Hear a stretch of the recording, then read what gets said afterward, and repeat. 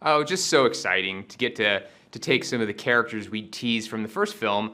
Tails was someone we brought in as a post-credit tease at the end of the first movie, and obviously a huge fan favorite. And so to get to continue the story, to grow the world, to bring in characters like Tails and Knuckles, and continue to expand on our characters like Jim Carrey's Dr. Robotnik, it was all just a dream come true. And we had such a great time growing the world, growing the mythology, and just making a bigger movie, but with all the stuff you loved about the first.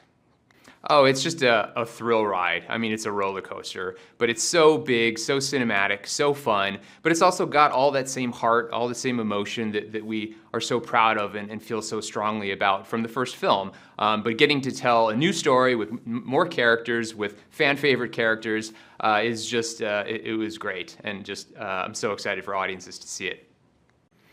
Well, Sonic's first movie was really about finding a family and finding a little bit of community, and also just starting to learn about his powers and how they work.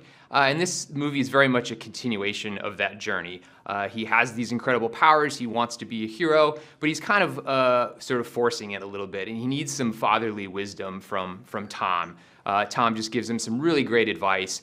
He says, I know you want to do great things, but you don't choose the moment chooses you. And so Sonic initially doesn't really understand the wisdom of that and goes on this incredible adventure and goes through this experience that really forces him to grow as a character and to really understand what the true nature of being a hero is all about. So, and then of course he is expanding his world with new characters like Tails and Knuckles, and yeah, but it really is a continuation of all of the great stories and themes from the first film.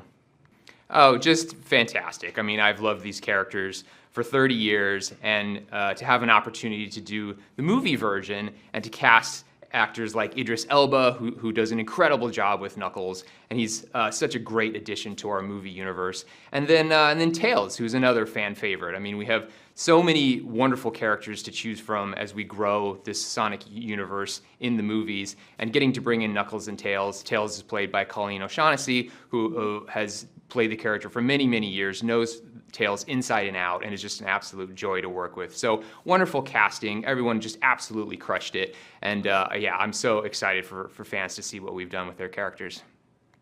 Oh, that's just the greatest thing about Jim Carrey. He just cares so much about his characters and is so invested in them. And we had so many conversations, even before we were filming the sequel, just about how to grow Dr. Robotnik, how to have more fun with this kind of descent into madness that we sort of teased at the end of the first film, where of course you see him in his much more traditional look, the bald head, the giant mustache, and Jim just was so excited about getting to continue to play with that character, have more fun, more great opportunities for that humor that everyone knows and loves, that Jim is such a genius at. So we had a wonderful experience. He brings so many ideas to set every day, and the movie gets better because of it. So I just feel so fortunate. I don't know how we ended up so lucky to have Jim playing Dr. Robotnik in our Sonic universe, but it's just phenomenal.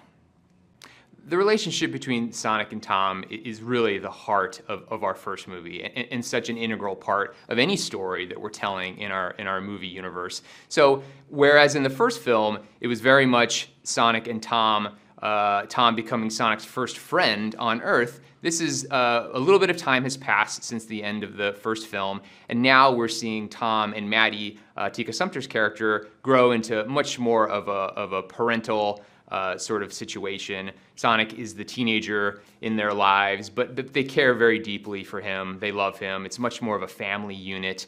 And so we use those relationships to really draw upon just some relatable emotion. I mean, something that every parent and every kid in the audience is going to kind of understand what Sonic and Tom are going through. Tom wants the best for Sonic. Sonic has these incredible powers. He wants to be out there using them, but maybe he's being a little reckless about it. Maybe he kind of needs to pump the brakes a little bit and listen to some of the advice Tom is giving to him. But teenagers don't always want to listen to their parents, as we all know. So it's just grounding these characters. Even though he's a little blue hedgehog with super speed, he's still a very relatable kid. And Tom and Maddie love him deeply and just want the best for him. But James is so incredible. James and Tika both as those sort of parental figures in Sonic's life.